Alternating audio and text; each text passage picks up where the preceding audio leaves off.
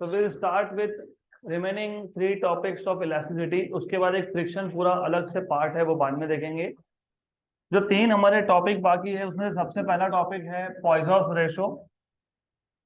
बहुत easy, very easy and simple concept. तो next topic is पॉइजॉस ratio. इसको लिखते वक्त पॉइजन लिखते हो, लेकिन पॉइजन नहीं है, ये पॉइजो है। This is pronounced as Poisson's ratio. The concept is very simple. हमने जब टेंसाइल स्ट्रेस या टेंसाइल स्ट्रेन देखा था तो हमने एक वायर लिया था और वायर को हमने एक लोड लगा दिया था। If you remember what we had is we had a rigid support. Rigid support पे हमने एक वायर कनेक्ट कर दिया था और इस वायर के फ्री एंड पे लगा दिया था लोड। तो लेट अस से हमारे पास एक वायर है, we have some wire. Free end of the wire is connected with a load and one end of the wire is loaded. One end of the wire is loaded, one end of the wire is connected to rigid support. नीचे क्या है, यहाँ पे load है। Load मतलब क्या है, मास है, mg. And because of this, because of the load क्या होगा, elongation, मतलब वायर का लेंथ बढ़ेगा। लेकिन जब वायर का लेंथ बढ़ेगा तो लेंथ बढ़ने के साथ साथ वायर का थिकनेस भी होता है कम। So with increase in length, there is decrease in the diameter of the wire. तो जब भी आप एक बॉडी पे, जैसे यहाँ पे वायर पे एक फोर्स अप्लाई करोगे तो there is change in 2 different directions. One in the direction of force, length increase हुआ in the direction of force, और thickness decrease हुआ, that decrease is in the direction perpendicular to that of force. तो याद रखना, हमने जैसे ही इस wire पे फोर्स लगा दिया, फोर्स का डायरेक्शन क्या है, डाउनवर्ड्स। तो फोर्स के डायरेक्शन में चेंज हुआ, क्या चेंज हुआ, लेंथ चेंज हुआ। लेकिन डायरेक्शन, फोर्स का डायरेक्शन डाउनवर्ड्स था, डाउनवर्ड डायरेक्शन में लेंथ चेंज हुआ, लेकिन फोर्स को परपेंडिकुलर डायरेक्शन में क्या हुआ, what is happening in the direction perpendicular to that of force. अरे इतना क्या सोचना है, देखो ऐसी बात है, आपके पास था एक वायर, ये है वायर, उस पर क्या लगा दिया तुमने, लोड। लोड ने क्या किया, एक्सटेंशन प्रोड्यूस किया, मतलब लेंथ इंक्रीज कर दिया। लेकिन लेंथ इंक्रीज होने के साथ साथ एक और चीज चेंज हुई, दैट इज डायामीटर और थिकनेस। तो with increase in length there is decrease in the thickness, मतलब डायामीटर मतलब रेडियस। इसका मतलब जब एक बॉडी पे फोर्स लगाओगे तो 2 डायरेक्शन में चेंज होगा। एक चेंज होगा इन the direction of the applied force. Applied force का डायरेक्शन क्या है, डाउनवर्ड। और एक चेंज हुआ ये डाउनवर्ड को परपेंडिकुलर, साइडवेज। तो फोर्स का डायरेक्शन क्या था, डाउनवर्ड। और चेंज किस में हुआ, थिकनेस में। तो थिकनेस ये परपेंडिकुलर है किसको, फोर्स को। तो जब भी आप एक बॉडी पे फोर्स लगाते हो तो चेंज होता है किसमें, 2 डायरेक्शंस में। एक तो in the direction of force, दूसरा perpendicular to the direction of force. तो पॉइजॉस रेशो का स्टार्टिंग आइडिया यहां से आता है कि when a force is applied on a body, when a force is applied on a body, there is number 1 change in the direction of force। इस case में change in the direction of force मतलब change in length. Force का direction क्या है, downwards, length का change क्या है, downwards. तो direction, change in direction of force. Number 2 change in the direction perpendicular to the force. Force को perpendicular कौन है, थिकनेस। तो एक तो लेंथ चेंज हुआ, दूसरा क्या चेंज हुआ, थिकनेस चेंज हुआ। ये आ गया perpendicular change. Change in the direction perpendicular to that of force, perpendicular to that of force।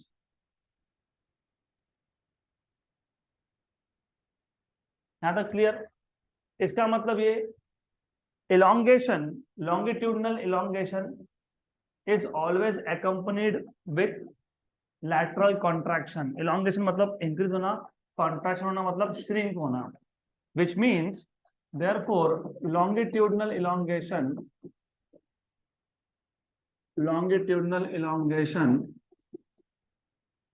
is always accompanied with lateral contraction. Is always accompanied with lateral contraction.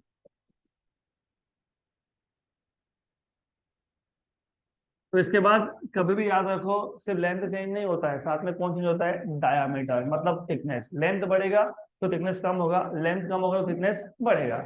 एक बढ़ेगा एक कम होगा। तो जैसे आपने डिफाइन किया था पहले लॉन्गिट्यूडनल स्ट्रेन, कैसे डिफाइन किया था? Change in length upon original length, उसको क्या हुआ था आपने? Longitudinal strain. वैसे ही आपको डिफाइन करना है lateral strain, change in diameter per unit original diameter. तो lateral strain is defined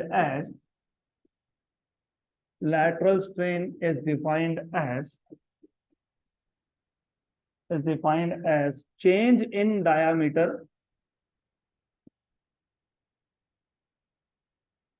per unit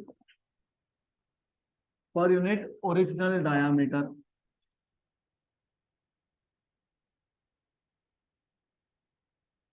Therefore, lateral strain is equal to change in diameter upon original diameter.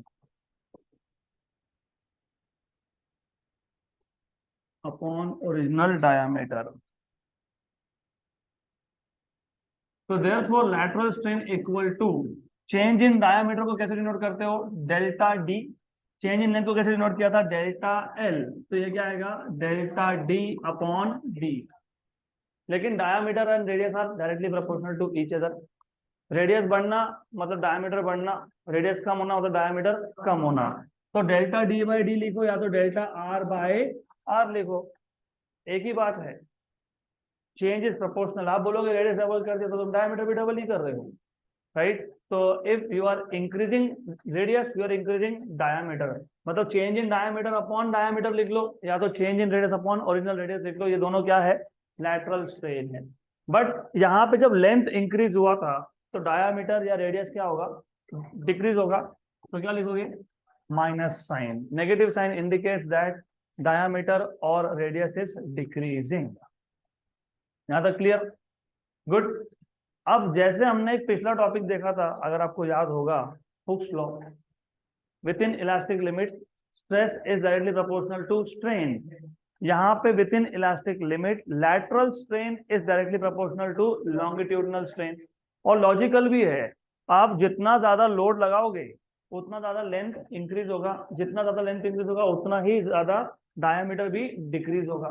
More the load मतलब more is the increase in length, more increase in length will mean more decrease in diameter। Logical है ना? 10 metre का wire था, उसको तुमने 15 कर दिया, length बढ़ा दिया तो डायमीटर कम हो गया। अब उसी वायर को तुमने 20 मीटर कर दिया तो डायमीटर और भी कम होगा। डायमीटर कम होना मतलब लैटरल स्ट्रेन, और लेंथ चेंज होना मतलब लॉन्गिट्यूडनल स्ट्रेन। तो with in elastic limit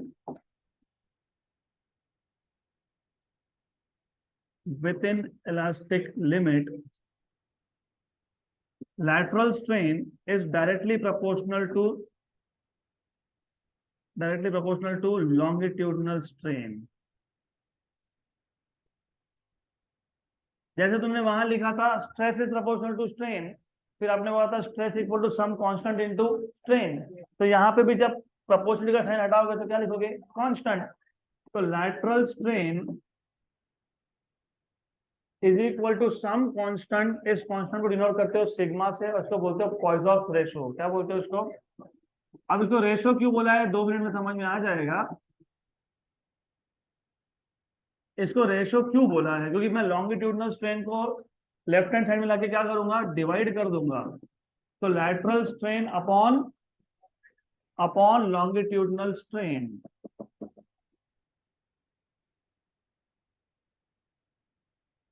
So Poisson's ratio is the ratio of lateral strain to that of longitudinal strain. strain, not stress, strain. Change in diameter upon original diameter, strain. Change in length upon original length, strain. वो stress is proportional to strain, वो Hooke's law होता है। यहाँ पे strain, lateral strain is proportional to longitudinal strain. अभी दोनों strain है तो स्ट्रेन का डायमेंशन तो वैसे भी नहीं है, तो पॉइसन रेशियो भी क्या है, dimensionless, it is a pure number, और इसकी वैल्यू 0 से 1 के बीच में आती है। For most of the material you will find the value to be 0.5। तो value of sigma Poisson ratio is between 0 and 1। यहाँ तक क्लियर? तो this is all about Poisson ratio, आपको इतना पता होना चाहिए। और वेल फॉर्मूला बना ही रहे तो और एक बना लेते हैं। What is lateral strain? Minus delta D by D. और what is longitudinal strain? Delta L by L. तो minus delta D by D upon delta L by L. तो ये बन जाएगा आपके पास minus delta D upon delta L into L by D. इसको अगर ऐसा नहीं लिखना है तो कोई दिक्कत नहीं, ऐसा रहने दो। What is minus delta D by D? Minus delta R by R. अभी लिखा था हमने, लिखा था क्या? Yes, upon delta L by L. तो ये आ गया आपके पास formula of Poisson ratio. Clear? अब इसके बाद एक टॉपिक है जो प्योरली थ्योरी है, उसमें कोई भी डेरिवेशन नहीं है, बहुत इंटरेस्टिंग है। उसका नाम है स्ट्रेस स्ट्रेन कर्व, या फिर उसको तुम बोलते हो behaviour of metal wire under increasing load. तो दोनों टॉपिक एक ही बात है, बिहेवियर। किसका बिहेवियर? मेटल वायर का। Behaviour of metal wire under increasing load. इसी टॉपिक को हम लोग बोलते हैं, इसी का नाम है stress strain graph. Stress strain graph, stress strain curve, इसी का नाम है सर्ल्स मेथड। क्या बोलते हैं इसको? सर्ल्स मेथड। हमको करना क्या है यहाँ पे? तो फर्स्ट ऑफ ऑल, अगर मेरे पास एक वायर है, उस वायर को मैं एक एंड उसका रिजिड सपोर्ट पे लगा देता हूँ और दूसरे एंड पे मैं लोड लगा देता हूँ और मैं लोड को इंक्रीज कर रहा हूँ। सर्ल्स मेथड में लोड इंक्रीज होता है इन स्टेप ऑफ हाफ के जी, हाफ के जी, फिर हाफ के जी, फिर हाफ के जी, फिर हाफ के जी, फिर हाफ के जी, फिर हाफ के जी। ऐसा आधा आधा किलोग्राम से लोड बढ़ाते जाएंगे। कब तक? जब तक वायर टूटता नहीं है तब तक। और हर बार जब तुम लोड बढ़ाओगे, लोड बढ़ाना मतलब स्ट्रेस बढ़ाना, क्योंकि लोड अपॉन एरिया क्या होता है? Stress. Force upon area is stress. तो हर बार तुम जब फोर्स बढ़ा रहे हो तो हर बार तुम स्ट्रेन भी मेजर करते जाते हो, क्योंकि जितना ज्यादा लोड होगा उतना ज्यादा चेंज इन लेंथ होगा। जितना ज्यादा लोड अपॉन एरिया मतलब स्ट्रेस होगा उतना ही ज्यादा स्ट्रेन होगा। तो हम लोग करते क्या है, हम आधे आधे किलोग्राम से लोड बढ़ाते जाते हैं, मतलब स्ट्रेस बढ़ा रहे हैं, और हम लोग मेजर क्या कर रहे हैं? स्ट्रेन। और इसका ग्राफ प्लॉट कर देते हैं। कब तक? जब तक वायर टूटता नहीं है। तो हमारे दिमाग में एक मिसअंडरस्टैंडिंग होता है कि मैंने लोड लगाया, वायर डायरेक्टली टूट गया। वायर डायरेक्टली टूटता नहीं है, wire goes through certain stages and it also gives you hint कि अब इसके ऊपर लोड लगाओ मत, नहीं तो आई विल ब्रेक। तो wire basically gives you some kind of indication कि अब इससे ज्यादा लोड बढ़ेगा तो वायर टूटने वाला है। तो हम पूरा का पूरा ग्राफ प्लॉट करेंगे, और बहुत इंटरेस्टिंग है, पूरा थ्योरी है, लेकिन this is one of the most most interesting topic, because obviously obviously अभी तक हमने सोचा नहीं ना, इन डेप्थ कभी सोचा नहीं कि ऐसा भी होगा। तो अभी कैसा होगा वो देख लो।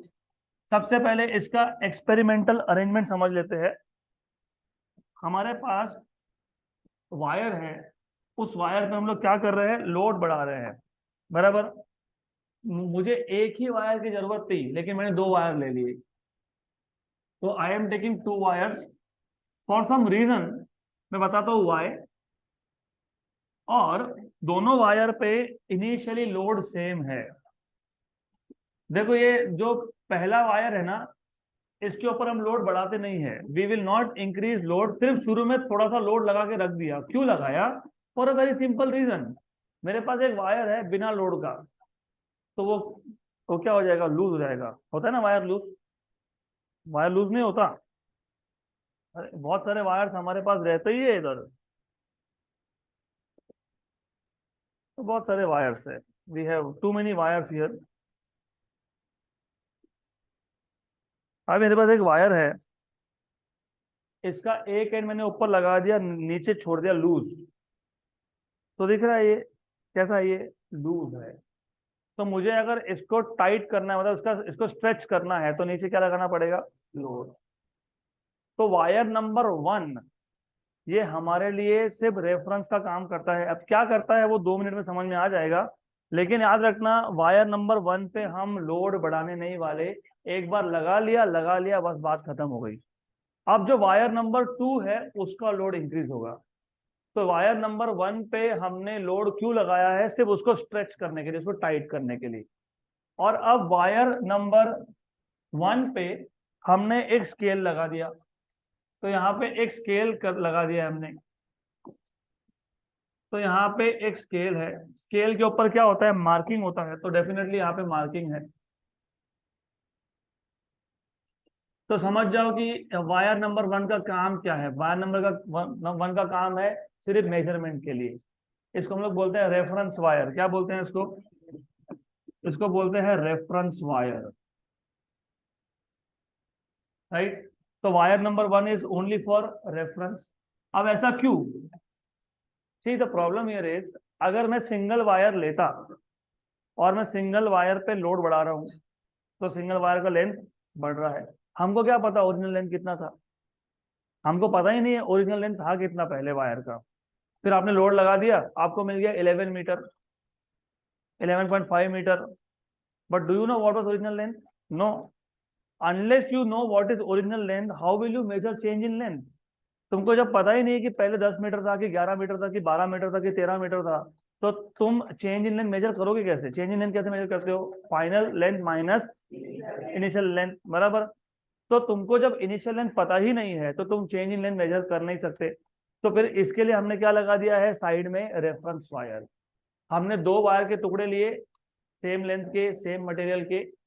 अगर ये स्टील है तो ये भी स्टील है। और अब एक वायर पे लोड लगा दिया, जितना लोड यहाँ पे लगाया उतना ही लोड यहाँ पे लगाया इनिशियली। तो इनिशियल लोड क्या था, दोनों पे सेम था।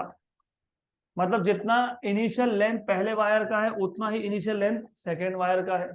तो अब जितना लेंथ पहले वायर का था उसको क्या बोल दोगे, इनिशियल लेंथ।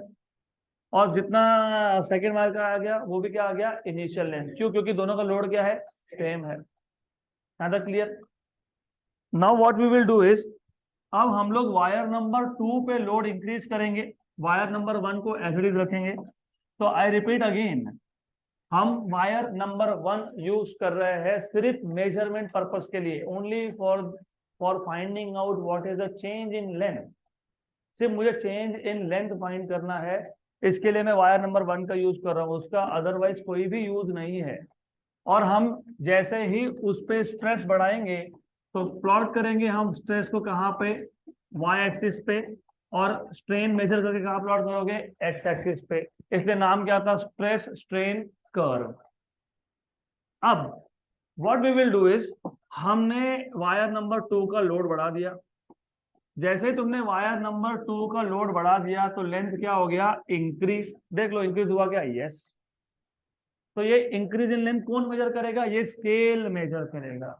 तो that is why reference wire पे एक स्केल माउंटेड है, सो दैट आपने जब लोड बढ़ाया, लोड बढ़ाना मतलब क्या बढ़ाना, स्ट्रेस बढ़ाना। तो लोड बढ़ाने से क्या बढ़ गया, लेंथ बढ़ गया। तो क्या हो गया यहाँ पे, delta L. Delta L by L कर दिया तो क्या आ जाएगा, स्ट्रेन। तो लोड जब बढ़ेगा तो फिर क्या चेंज होगा, लेंथ। और ये चेंज इन लेंथ कौन मेजर करेगा, ये स्केल मेजर करेगा। फिर हम लोग क्या करेंगे, फिर हम लोग वापस से लोड बढ़ाएंगे। जब तुम वापस लोड बढ़ाओगे तो लेंथ और भी इंक्रीज होगा। जितना तुम लोड बढ़ाते जा रहे हो उतना ही लेंथ चेंज होते जा रहा है। क्लियर यहाँ तक? जस्ट फॉर एन एग्जाम्पल, इस पूरे प्रोसेस को समझना है तो हमको कुछ नंबर्स इमेजिन करने पड़ेंगे। For example, initial length 10 metre है, कितना है, 10 मीटर, कितना है, कितना है। अब मान लो 1 किलोग्राम अगर मैं लोड बढ़ाता हूं तो चेंज इन लेंथ होता है 0.1। तो मैंने जब 1 किलो लोड लगाया तो लेंथ कितना बन गया, 10.1। 2 किलो लगाया तो कितना हो गया, 10.2। 3 किलो लगाया तो कितना हो गया, 4 लगाया तो, 5 लगाया तो, 6 लगाया तो, मतलब आप ये बता रहे हो जितना ज्यादा फोर्स होगा उतना ज्यादा चेंज इन लेंथ होगा। मतलब आप ये बता रहे हो जितना ज्यादा स्ट्रेस है उतना ज्यादा स्ट्रेन है। मतलब आप ये बता रहे हो stress is directly proportional to strain. ये तो हुक्स लॉ है। Stress is directly proportional to strain होता है straight line passing through origin एक लिमिट तक। जैसे 10 किलो लोड लगा दिया तो वायर का लेंथ हो गया 11 मीटर, क्योंकि 10 पहले था और 10 मीटर की वजह से 1 मीटर बढ़ गया ना। 1 किलोग्राम का 0.1, 2 का 0.2, 3 का 0.3, 4 का 0.4, तो 10 किलोग्राम का 1 मीटर। करेक्ट। अब अगर मैं लोड को 10 किलोग्राम तक बढ़ाता हूं और लोड निकाल लेता हूं, 2 किलोग्राम लगाया 10.2 हो गया, लोड निकाल लिया, तो वापस से वायर का लेंथ क्या हो जाएगा 10 मीटर। 5 किलो लगाया 10.5 आ गया, मैंने लोड निकाल लिया तो वापस क्या हो जाएगा 10 मीटर। राइट। तो इसका मतलब ये जो वैल्यू है लोड की, जब तक ये जो वैल्यू है स्ट्रेस की, जब तक स्ट्रेस स्ट्रेन कर्व क्या है स्ट्रेट लाइन, तब तक क्या हो रहा है आप लोड लगाओगे निकाल लोगे, the wire will go back to its original length. बराबर। इसको हमने क्या बोला था याद है, इलास्टिक लिमिट। याद है हमने क्या बोला था, the maximum value up to which stress strain curve is a straight line is called as elastic limit. नाम में यह लिमिट कि तुम एक पर्टिकुलर वैल्यू ऑफ स्ट्रेस तक लगा सकते हो, और अगर आपने स्ट्रेस हटा दिया तो लेंथ वापस से क्या बन जाएगा ओरिजिनल। लेकिन अगर आपने ज्यादा लोड लगा दिया, फॉर एग्जांपल मैंने 11 किलोग्राम कर दिया, 10 किलोग्राम तक for each kilogram change in length कितना था 0.1, लेकिन 11 किलोग्राम करने के बाद अब 11.1 नहीं हुआ, सीधा हो गया 11.5। तो मैंने लोड इंक्रीज किया बाय द सेम अमाउंट, लेकिन लेंथ यहाँ पे कुछ ज्यादा ही चेंज हो गया। बराबर। राइट। तो उस केस में अभी स्ट्रेट लाइन रहेगा नहीं, तो फिर कैसा होगा, ये आ जाता है ऐसा कर्वेचर, क्योंकि हमने हमने स्ट्रेस का वैल्यू थोड़ा ही बढ़ाया है लेकिन स्ट्रेन का वैल्यू ज्यादा बढ़ गया।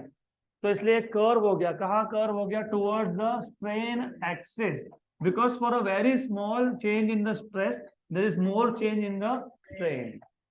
करेक्ट। राइट। गुड। यहाँ पे एक पॉइंट आता है जिसको बोलते हो ई डैश। क्या बोलते हो इसको, ई डैश। ई डैश का नाम है न्यू इलास्टिक लिमिट। अब न्यू इलास्टिक लिमिट का मतलब क्या है, देखो तुम 10 किलोग्राम लोड लगाए थे, तब तक 10 की जगह पे क्या हो गया 11 मीटर, तुमने लोड हटा दिया तो वापस से लेंथ क्या हो गया 10 मीटर। लेकिन जैसे तुमने 10 किलोग्राम के ऊपर लगाया, 100 ग्राम भी ऊपर कर दिया तुमने, अगर 10.1 किलोग्राम कर दिया, 10.5 कर दिया, 11 किलोग्राम कर दिया, अब क्या हो गया, अब लेंथ जो 0.1 से चेंज हो रहा था पर किलोग्राम, अब कितने से हो गया 0.5 से। तो अभी क्या हुआ, 11 किलोग्राम का लोड मैंने जब लगाया यहाँ पे, राइट, करेक्ट, और मैंने लोड हटा दिया, तो अब वायर अपने ओरिजिनल लेंथ पे वापस जाता नहीं है, उसका परमानेंट इंक्रीज इन लेंथ हो गया। तो जो 10 मीटर लॉन्ग वायर था, हो सकता है अभी वो 10.5 हो गया। राइट। तो what is happening here is, एक पर्टिकुलर स्ट्रेस की वैल्यू के बाद अगर आप स्ट्रेस बढ़ाते हो तो stress strain curve straight line नहीं होता है। इसका मतलब ये होता है कि वायर में अब परमानेंट चेंज हो गया है, वायर अब वापस से अपने ओरिजिनल लेंथ पे जा ही नहीं सकता है, तो परमानेंटली इसका चेंज इन लेंथ हो गया। कितना हो गया अभी वो 10.5, सिर्फ एग्जाम्पल बता रहा हूं। लेकिन वायर ने इलास्टिक प्रॉपर्टी लूज नहीं किया अभी तक। मतलब क्या है, अभी आपका वायर जो है उसका लेंथ नया हो गया, कितना हो गया 10.5। अब वापस से 1 किलोग्राम का लोड लगा दो 10.6, निकाल दो वापस से 10.5, 2 किलोग्राम लगा दो 10.7, निकाल दो 10.5, 3 लगाओगे 10.8, निकालोगे तो 10.5। मतलब वायर ने अब तक अपना इलास्टिक प्रॉपर्टी लूज नहीं किया है, सिर्फ ये है the only thing is the only thing is the only thing is कि वायर का परमानेंट चेंज इन लेंथ हुआ है, और परमानेंट चेंज इन लेंथ को हम बोलते हैं सेट। क्या बोलते हैं, सेट। परमानेंट डिफॉर्मेशन को क्या बोलते हो, सेट। तो जो वायर था उसमें परमानेंट चेंज इन लेंथ हुआ है, और सपोज ये ओरिजिन है ओ, तो इस पॉइंट को मैं क्या बोलूंगा एस, इसको क्या बोलेंगे सेट। सेट का मतलब होता है permanent deformation in a body. तो जो वायर पहले 10 मीटर लॉन्ग था, ज्यादा लोड लगाने की वजह से वो परमानेंटली कितना हो गया, 10.5। तो now the wire has its new length, मतलब the wire has deformed permanently, लेकिन the wire has not lost its elastic property, अभी भी वो इलास्टिक इन नेचर है। तो ई डैश के लेफ्ट साइड में ये जो रीजन है, इसको बोलते हो इलास्टिक रीजन। क्या बोलते हैं इसको? क्योंकि यहाँ पे वायर भले ही परमानेंटली डिफॉर्म हुआ होगा, लेकिन इलास्टिक प्रॉपर्टी उसने लूज किया क्या? नहीं किया। तो ये जो दो पॉइंट है पहले वो देख लेते हैं। ई पॉइंट क्या था? इलास्टिक लिमिट था, और ई डैश क्या है? न्यू इलास्टिक लिमिट है। ये क्या है? New elastic limit. यहां तक क्लियर? गुड, बराबर। अब इसके बाद क्या होता है? इसके बाद अगर आपने थोड़ा सा भी स्लाइट चेंज इन स्ट्रेस कर दिया, नहीं भी किया, दोनों ही केसेस, मान लो मैंने लोड लगा के छोड़ दिया, होता क्या है, कभी करके देखना घर में, अगर स्टील का वायर पड़ा होगा उसके नीचे वेट लगा के छोड़ देना, ज्यादा वेट, तो आपको दिखेगा कि इमीडिएटली चेंज इन लेंथ नहीं हुआ है। आपने लोड लगा के छोड़ दिया, धीरे धीरे लेंथ इंक्रीज हो रहा है। आपने लोड इंक्रीज किया क्या? नहीं, लेकिन लेंथ क्या हो रहा है? इंक्रीज। इसका मतलब आपने स्ट्रेस इंक्रीज किया था क्या? नहीं, लेकिन फिर भी क्या हो रहा है? फिर भी क्या बढ़ रहा है? स्ट्रेन बढ़ रहा है।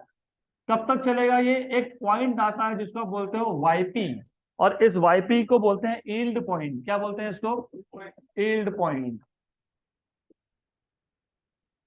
तो ई डैश से लेके वाईपी तक, न्यू इलास्टिक लिमिट से लेके यील्ड पॉइंट तक हुआ ये कि आपने लोड तो बढ़ाया नहीं, लेकिन फिर भी लेंथ क्या हुआ?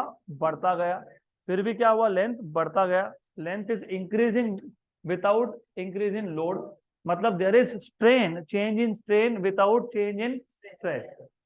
लेकिन लेकिन इलास्टिक बॉडीज का प्रॉपर्टी क्या था? Stress is proportional to strain. मतलब स्ट्रेस के बिना स्ट्रेन होना चाहिए क्या? या तो हो रहा है, या तो स्ट्रेस बढ़ाया क्या तुमने? नहीं, नहीं ना, फिर भी स्ट्रेन बढ़ा क्या? यस। तो ये बॉडी इलास्टिक है क्या? नहीं, तो इसको बोलते हैं प्लास्टिक फ्लो। तो ये क्या है? प्लास्टिक रीजन है। और ये जो इतना पार्ट है इसको क्या बोलते हो? Plastic flow. फ्लो क्यों? फ्लो मतलब बहना, पानी के बहने को क्या बोलते हो? फ्लो। तो यहाँ पे क्या हुआ? फ्लो ही हुआ। लेंथ इंक्रीज होते गया, हमने कोई वेट बढ़ाया ही नहीं उस पर, फिर भी लेंथ क्या हुआ? इंक्रीज होते गया। तो फ्लो हो रहा है, wire is flowing, wire is flowing without increasing stress. तो इलास्टिक तो नहीं है ये, तो कौन है ये? प्लास्टिक है। और ये क्या हो रहा है? फ्लो हो रहा है, तो क्या बोलोगे? Plastic flow.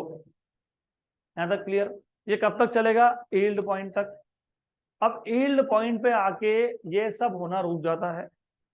मतलब यील्ड पॉइंट के बाद अगर आपको वापस से लेंथ इंक्रीज करना है, मतलब स्ट्रेन प्रोड्यूस करना है, तो वापस क्या करना पड़ेगा? लोड बढ़ाना पड़ेगा, मतलब स्ट्रेस बढ़ाना पड़ेगा। तो इस पॉइंट के बाद वापस से आपको ऐसा एक लाइन मिलता है। ये स्ट्रेट लाइन तो नहीं है, लेकिन स्ट्रेट लाइन जैसा है। It is not a straight line, but it is like a straight line. तो वाईपी के बाद जब आप स्ट्रेस बढ़ाओगे तो स्ट्रेन बढ़ेगा। But ideally what is happening here is, this is very important, YP से लेके एक पॉइंट आता है जिसको आप बोलते हो एन, और इस एन को बोलते हो नेक पॉइंट। क्या बोलते हो? नेक पॉइंट। मतलब हो ये रहा है, यील्ड पॉइंट के बाद हो ये रहा है, आपके पास एक वायर था, आप इस वायर पे क्या कर रहे हो? लोड बढ़ाते जा रहे हो। आप क्या कर रहे हो? लोड बढ़ाते जा रहे हो। लोड बढ़ा रहे हो मतलब क्या बढ़ा रहे हो? स्ट्रेस बढ़ा रहे हो। और स्ट्रेस बढ़ने के साथ साथ, मतलब लेंथ बढ़ने के साथ साथ क्या होगा? डायमीटर क्या होगा? कम होगा, राइट? तो नेक पॉइंट तक, एन पॉइंट तक तुमने जितना स्ट्रेस बढ़ाया, जितना लेंथ इंक्रीज हुआ, डायमीटर क्या होता गया? कम। लेकिन ये डायमीटर ऐसा कम हुआ है कि हर जगह पे change in thickness is same. जितना चेंज इन थिकनेस इस पार्ट में है, वायर के इस पार्ट में है, उतना ही चेंज इन थिकनेस वायर के किसी और पार्ट में भी है। इसका मतलब यहाँ पे जो डिक्रीज इन थिकनेस है हर जगह पे क्या है, सेम है। क्या है हर जगह पे, सेम है। कब तक, नेक पॉइंट तक, एंड पॉइंट तक, राइट, करेक्ट। तो यील्ड पॉइंट के बाद आपने स्ट्रेस बढ़ा दिया, स्ट्रेन बढ़ गया, लेंथ बढ़ रहा है, डायमीटर कम हो रहा है, लेकिन डायमीटर चेंज हो रहा है यूनिफॉर्मली, हर जगह पे change in diameter is same. Yield point के बाद क्या होता है, यील्ड पॉइंट के बाद अगर आप थोड़ा सा भी और स्ट्रेस बढ़ा देते हो, तो in that case what starts happening is, length तो चेंज होगा ही, लेंथ तो इंक्रीज होने ही वाला है, डायामीटर भी कम होने वाला है, लेकिन अब चेंज इन डायामीटर ये यूनिफॉर्म नहीं है। मतलब वायर के कुछ पार्ट्स ऐसे होंगे जहां पे डायामीटर बहुत ही कम हो गया, थिकनेस बहुत ही कम हो गया। पता है कैसे दिख रहा है ये, आपकी गर्दन जैसा दिख रहा है ये। गर्दन को क्या बोलते हो इंग्लिश में, नेक। तो कौन क्या नाम दिया पॉइंट को, नेक पॉइंट। क्या बोला आपने, नेक पॉइंट। इसके लिए नेक पॉइंट बोला है इसको, क्योंकि once you increase stress after certain limit, length is increasing, diameter is decreasing, but now the change in diameter is not uniform। Wire में कुछ ऐसे पार्ट्स आ गए जहां पे डायमीटर बहुत कम हो गया, इसको बोलते हैं नेक पॉइंट, या तो इसको बोलते हो क्रैक आना। मतलब wire is giving you hint कि मुझ में अभी क्रैक आने लग गए, रुक जाओ, और लोड बढ़ाओगे तो आई विल ब्रेक। तो एग्जैक्टली इसके बाद यही होने वाला है। अगर तुम इससे ज्यादा बढ़ाते हो तो finally you will reach a point which is called as break point, and the wire will break. तो वायर विल ब्रेक, तो आ जाएगा ब्रेक पॉइंट, राइट। तो this is stress strain curve, and this is called as behaviour of metal wire under increasing load. इसी को बोलते हो सर्ल्स method. सिर्फ मैंने थोड़ा सिंप्लीफाई कर दिया आपके लिए, 1 किलोग्राम से लोड बढ़ाया, एक्चुअली में 0.5 केजी से लोड बढ़ाया जाता है। तो शुरू में क्या था कि आपने 0.5 से लोड बढ़ाते गए, लोड निकाल दिया तो वापस wire goes to its original size, original length. कब तक, ई पॉइंट तक। ई पॉइंट क्या है, इलास्टिक लिमिट है, मतलब वहां तक क्या फॉलो हो रहा है, Hooke's law, stress is proportional to strain. E point के बाद तुमने अगर लोड बढ़ाया तो वायर अभी भी इलास्टिक है, लेकिन हुआ क्या कि वायर का लेंथ परमानेंटली इंक्रीज हो गया, उसको बोलते हो सेट। तो ये जो है सेट है, सेट इज परमानेंट डिफॉर्मेशन। उसके बाद नया इलास्टिक लिमिट आ गया ए डैश। ये अभी वार्निंग है कि अगर तुम और स्ट्रेस बढ़ाते हो तो wire will lose its elastic nature and it will become plastic. तो अब हमने लोड नहीं बढ़ाया, लेकिन फिर भी लेंथ बढ़ते गया। तो ई डैश से वाईपी तक विदाउट इंक्रीज इन लोड, मतलब without increase in stress, there is change in strain. तो इस रीजन को बोलते हैं प्लास्टिक फ्लो, क्योंकि वायर फ्लो हो रहा है, बिना लोड इंक्रीज किए उसका लेंथ बढ़ते ही जा रहा है। ऐसा बढ़ते बढ़ते एक पॉइंट पे आके रुक जाएगा, उस पॉइंट को बोलोगे YP, yield point. Yield point के बाद वापस से तुम जब स्ट्रेस बढ़ाते हो तो स्ट्रेन बढ़ता है, लेकिन ये स्ट्रेट लाइन नहीं है। स्ट्रेट लाइन नहीं है मतलब ये इलास्टिक नेचर नहीं है। ये कौन सा नेचर है, प्लास्टिक नेचर है। तो लोड बढ़ा रहे हो, लेंथ बढ़ रहा है, लेंथ बढ़ रहा है तो थिकनेस कम हो रहा है। जितना थिकनेस कम होगा, हर जगह पे change in thickness is same, हर जगह पे change in diameter is same. कौन से पॉइंट तक, नेक्स्ट पॉइंट तक। नेक्स्ट पॉइंट ये पॉइंट है जहां पे आपने स्ट्रेस बढ़ाना शुरू किया, तो वहां पे कुछ रीजन ऐसे आ गए वायर में जहां पे थिकनेस बहुत ही कम हो गया, मतलब there is non uniform change in diameter.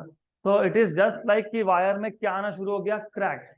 और अगर तुमने इससे ज्यादा लोड बढ़ा दिया तो वायर क्या हो जाएगा, ब्रेक। तो कौन से पॉइंट पे ब्रेक होगा, बी पॉइंट पे, that is called as break point.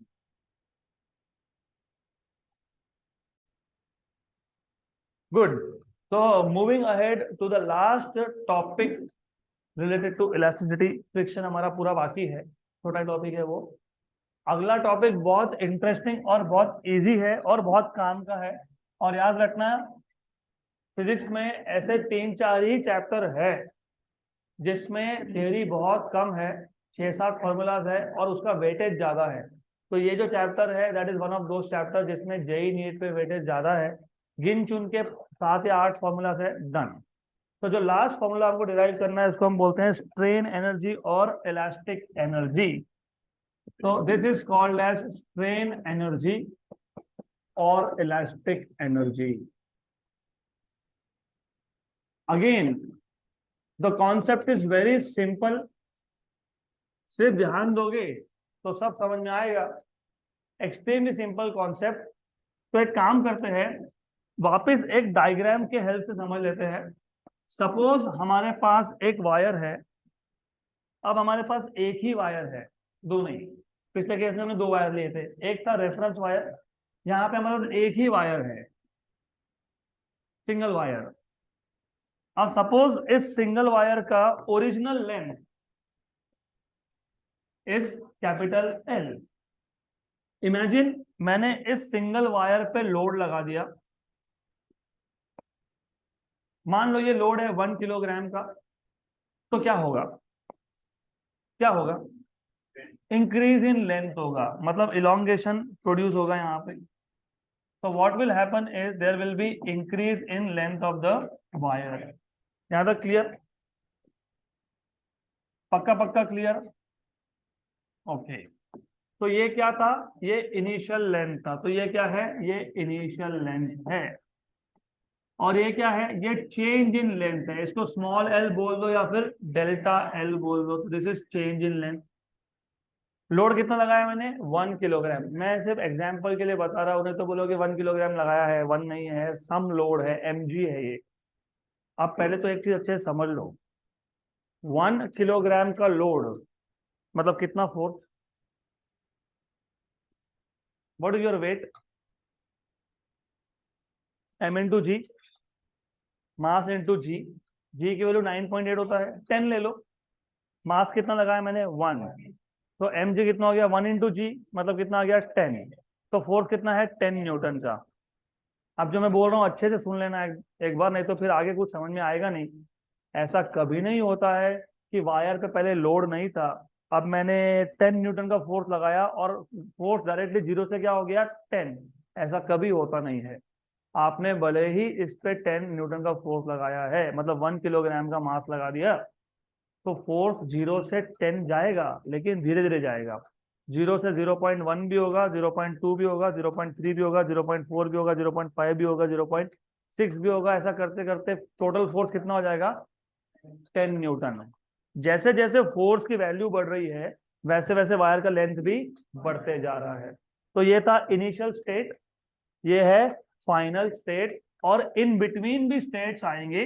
For example इसके बाद एक स्टेट था जिस स्टेट में फोर्स, मान लो यहाँ फोर्स कितना है? 0। यहाँ पे फोर्स कितना है? Capital F, total force. Example value कितना दिया मैंने आपको? 10 न्यूटन। तो कैपिटल एफ मतलब क्या है? 10 न्यूटन है। ये एग्जाम्पल वैल्यू मैंने आपको बताया। देन 0 से 10 तक जाने के बीच में कोई वैल्यू आया होगा, 2 न्यूटन, 3 न्यूटन, उसको मैं बोल रहा हूँ स्मॉल एफ। क्या बोल रहा हूँ? तो जब स्मॉल एफ फोर्स का, तो इलोंगेशन कितना है? लेट अस से एक्स। कितना है? एक्स। यहां तक क्लियर? पक्का पक्का क्लियर? क्योंकि ये नहीं समझेगा तो अगला कुछ समझ में नहीं आएगा। यहां तक क्लियर? तो ये जो फाइनल स्टेट है, फाइनल स्टेट, तो फोर्स कितना है? Capital F. इलोंगेशन कितना है? Small L. ओरिजिनल लेंथ कितना है? Capital L. तो at final state what is Young's modulus का फॉर्मूला? Force upon area, change in length upon original length, मतलब y equal to F L upon A small L. ये f कौन सा है? कैपिटल F है, मतलब फाइनल स्टेट पे जो फोर्स था वो है। तो यहां से आपको फोर्स क्या मिल जाएगा? y a small l upon capital L। Equation number 1। Small l क्या है? फाइनल चेंज इन लेंथ है। इससे ज्यादा अभी चेंज इन लेंथ हो नहीं सकता। What is small l? Final change in length. यहां तक clear? At some intermediate state, ये जो इंटरमीडिएट स्टेज था उसमें फोर्स कितना लग रहा है? Small F. इलोंगेशन कितना है? Small X. तो at some intermediate intermediate state,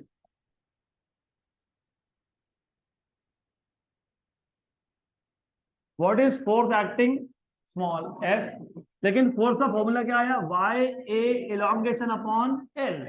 तो वाई ए इलोंगेशन कितना है, X upon L, equation number 2। यहां तक क्लियर। अब जैसे जैसे फोर्स की वैल्यू बढ़ेगी वैसे वैसे इलोंगेशन बढ़ेगा। Very good. तो अब थोड़े टाइम के बाद इसका जो फर्दर इलोंगेशन हो गया, रिमेंबर ये क्या था, एल, बराबर, पक्का पक्का, श्योर श्योर,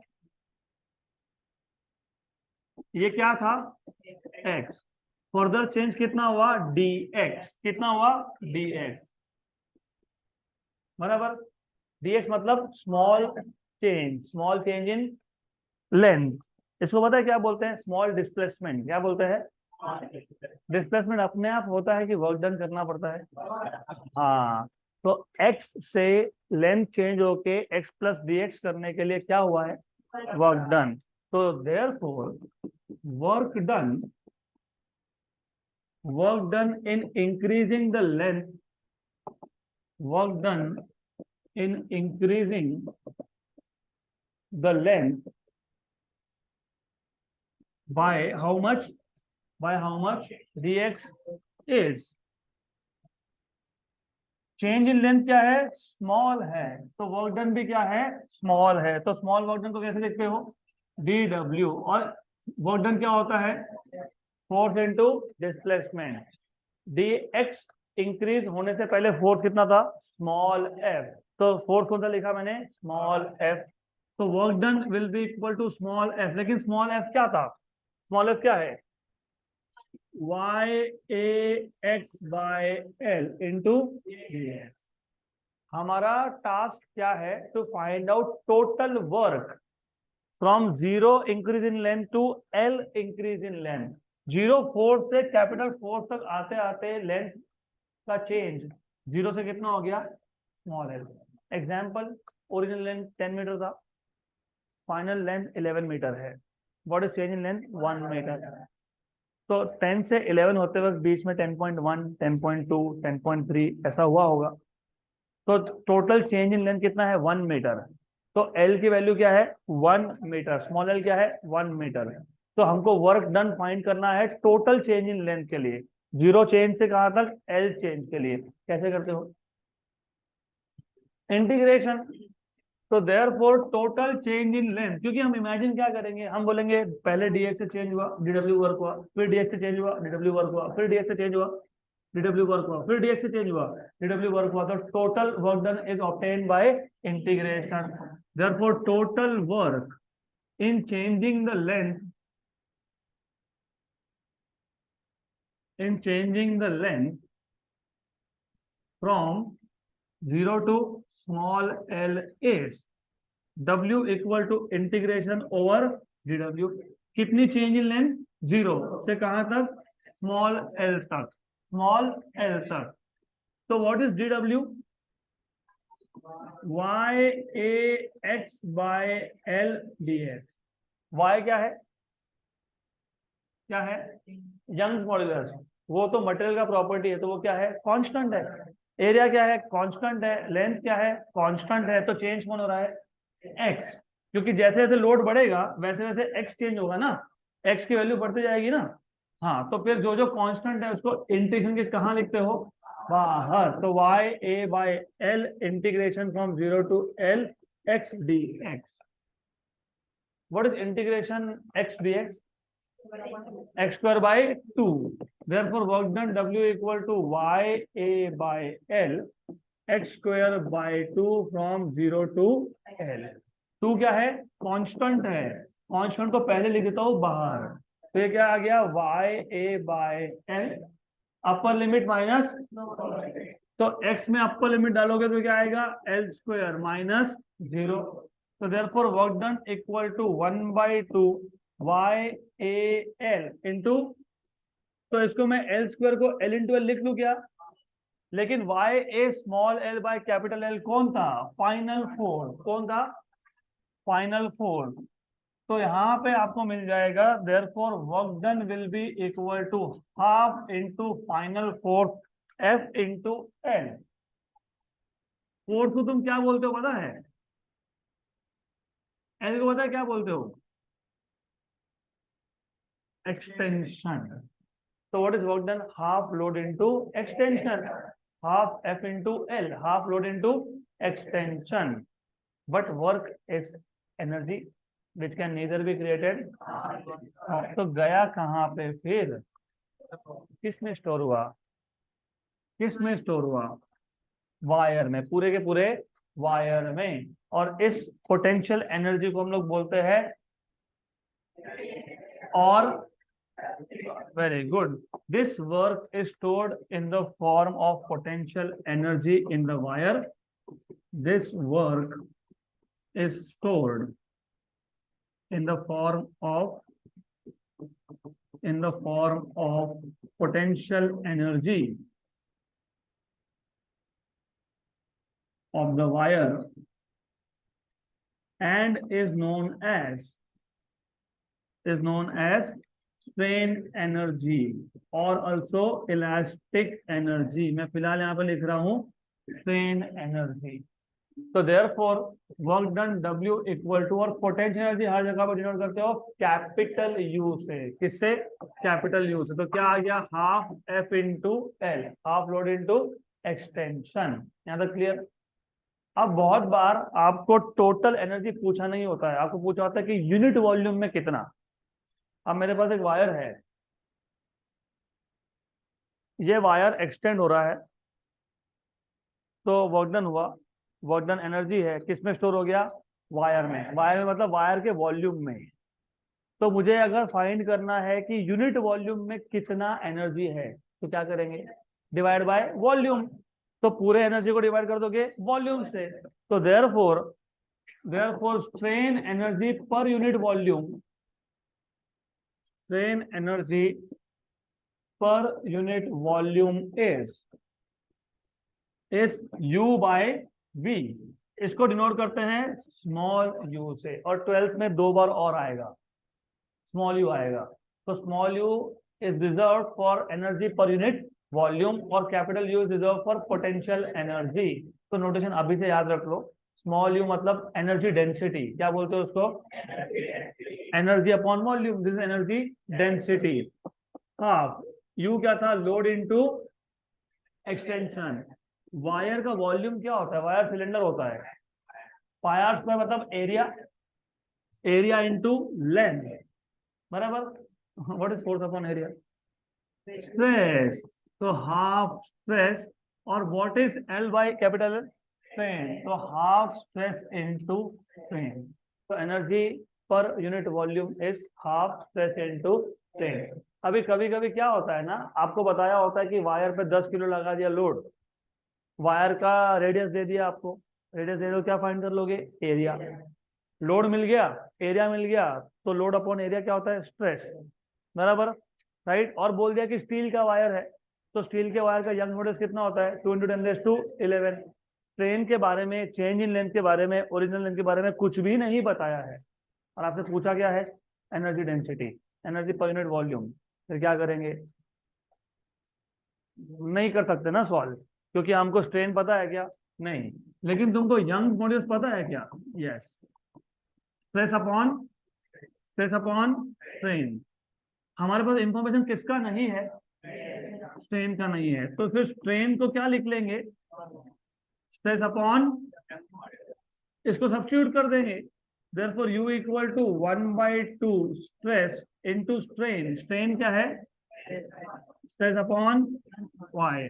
तो ये आ जाएगा स्ट्रेस इनटू स्ट्रेस, मतलब स्ट्रेस का स्क्वायर अपॉन 2y। तो ये और एक फॉर्मूला बन गया एनर्जी डेंसिटी का। एनर्जी का फॉर्मूला क्या था? Half load into extension. Energy density क्या है? हाफ स्ट्रेस इनटू स्ट्रेन, या फिर स्ट्रेस स्क्वायर अपॉन 2y। उल्टा सोचो, ऐसा भी तो हो सकता है कि आपको बता दिया change in length is 1 mm, और ओरिजिनल लेंथ वॉज 10 मीटर, और वायर किसका है? स्टील का है। ना आपको फोर्स बताया है, ना आपको रेडियस दिया है, ना आपको एरिया दिया है, तो स्ट्रेस फाइंड होगा क्या? नहीं होगा। लेकिन स्ट्रेन होगा क्या? यस। तो यंग मॉड्यूलस क्या था? स्ट्रेस अपॉन स्ट्रेन था। तो स्ट्रेन यहां से स्ट्रेस क्या मिल जाएगा आपको, स्ट्रेस क्या मिल जाएगा, y into strain, y into, और u क्या है तुम्हारे पास, स्ट्रेस स्क्वायर अपॉन, लेकिन स्ट्रेस क्या है, तो Y square strain square upon Y Y, तो ये आ गया आपके पास वाई बाई 2 इंटू स्ट्रेन, तो ये यूज कर लेना फिर। तो एनर्जी का एक formula half load into extension, energy density के तीन formula, half stress into strain, stress square by 2y, या तो y strain square by 2। Clear यहाँ तक? तो दैट्स इट फॉर टुडे।